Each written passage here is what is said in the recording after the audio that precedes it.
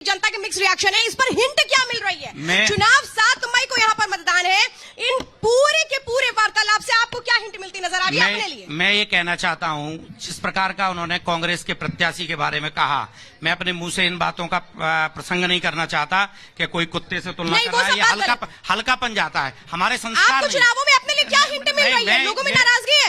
नहीं, कोई नाराजगी नहीं है। भारतीय जनता पार्टी के लिए लोगों में बहुत अपार विश्वास है। मंदिर को लेके, राम मंदिर की, ये लोग कहते थे, इनके कहने से कुछ नहीं होता मैडम। ये लोग कहते थे सौगंध राम की खाते हैं, भाजपा वाले के सौगंध राम की खाते हैं, मंदिर वही बनाएंगे, पर तारीख नहीं बताएंगे। तारीख भी बच गई। और हिंट क्या मिल रही है आपको? जल्दी दीजिए मुझे। कमल जी कह रहे हो टोटल कॉन्फिडेंट। निश्चित रूप से भारतीय जनता पार्टी यहाँ से चुनाव हार रही है। और आप देखिए, यहाँ इतना जाम अटे रोड पे आप जाइए, रेलवे क्रॉसिंग पे पूरा न तो पुल। आखिरी बार कांग्रेस कब आई थी? जल्दी से बताइए मुझे, कब आई थी आखिरी बार कांग्रेस? कब आई थी आखिरी बार? ये 84 में आई थी। ठीक है, सूखा खत्म होने वाला है। आपको सूखा खत्म होने वाला है, हिंट क्या है? देखिए, ये हिंट है कि इनकी जो है ओल्ड पेंशन खत्म करना और ये तुम्हारा अग्निवीर योजना लागू करना, किसानों को चुनना देना, इन बातों से सारी जनता, किसान और सब परेशान है। इसलिए बीजेपी को हारना पड़ेगा, क्योंकि उन्होंने जन समस्या की ओर ध्यान नहीं दिया। हाँ दिलीप जी, आपको क्या लग रहा है? आप तो कह रहे हैं एक तरफा लहर है, क्या हिंट है? देखिए, भारतीय जनता पार्टी हो या कांग्रेस, दोनों दलों के पास कोई मुद्दे नहीं बचे हैं, ना इनके पास कोई जवाब है। अगर भारतीय जनता पार्टी जब लोगों के जवाब नहीं दे पाती है तो उनके पास सिर्फ एक मुद्दा होता है, हिंदुत्व का। अच्छा। राम मंदिर का। और इन मुद्दों के आधार पर लोगों को गुमराह करने का काम करती है। कांग्रेस आगे निकल जाएगी? जल्दी बताइए मुझे। कांग्रेस है देश में संविधान बचाने का नाटक करती है। मुद्दे पर आगे निकल रहे हैं जो कह रहे हैं एक तरफा लहर है। हम इस देश में संविधान को ठीक से लागू करना चाहते हैं। इस देश में गरीबों, पिछड़ों को और आदिवासियों का भला करना चाहते हैं। लागू नहीं है क्या?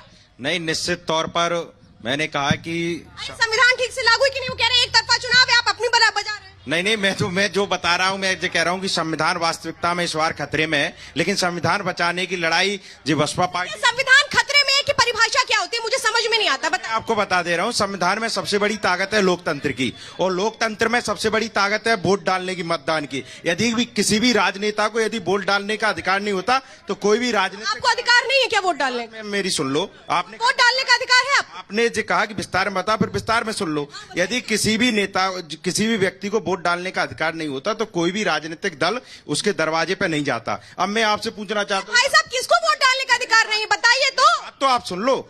मैं यहाँ भाजपा के नेताओं से पूछना चाहता हूँ, 15-20 साल हो गए, मंडी के चुनाव नहीं हुए। मुझे नहीं समझ में आ रही है बात, जो लोकतंत्र खतरे में डालने वाली बात है। बाबा जी आप बताओ, ये बता रहे भाई साहब वोट डालने का अधिकार होना चाहिए, सबको तो वोट डालने का अधिकार है, इसके लिए हम यहाँ खड़े और ये कह रहे हैं लोकतंत्र खतरे में। अधिकार डालने को लोकतंत्र खतरे में, संविधान खतरे में। बीजेपी ने खतरा में कहते 1000 रुपया पेंशन बांधा सो का नाव चाटती वापस आए चौराहे पे। मेरे को समझ नहीं आ रहा क्या। बताइए क्या भाई साहब, आपको भी लग रहा है जो बोल रहे हैं? नहीं, लोकतंत्र वास्तव में खतरे में है। ऐसे कैसे? जल्दी बताओ। ऐसे खतरे में है कि जिस प्रकार से जो कैंडिडेट अभी बैठारे जा रहे हैं, उनको जबरदस्ती उनके साथ दबाव बनाकर बैठा रहा है। लोकतंत्र खतरे में, कैंडिडेट को बिठाने जा रहे हैं इसलिए खतरे में। मुझे लगता है इसकी परिभाषा अगले वाले कार्यक्रम में मैं लूंगी। जल्दी बताइए, मुझे शो खत्म करना है। 10 सेकंड। लोकतंत्र यदि खतरे में है तो लोकसभा में, वहाँ संसद में सवाल क्यों नहीं करते राहुल गांधी जी? जनता से क्यों पूछते हैं? वहाँ कभी मैम, लोकतंत्र इसलिए खतरे में है कि SC/ST एक्ट के ऊपर वो किया। क्या कर संशोधन किया, उसमें क्या संशोधन है? संशोधन तो नहीं किया था, उसके बाद क्या किया भैया? कोई पूछे 400 बार संविधान खत्म बोला इन्होंने। 400 नहीं, ऐसा नहीं होना। कोई संविधान खतरे में नहीं है, इनकी राजनीतिक पार्टी खुद खतरे में है। टूटे फूटे महलों में। देखिए, भिंड में एक बहुत दिलचस्प तस्वीर देखने को मिली। मैं सारे खास मेहमानों का धन्यवाद कहूंगी। तालियां बजाइए, जवाब दिया आप लोगों के इतने सारे।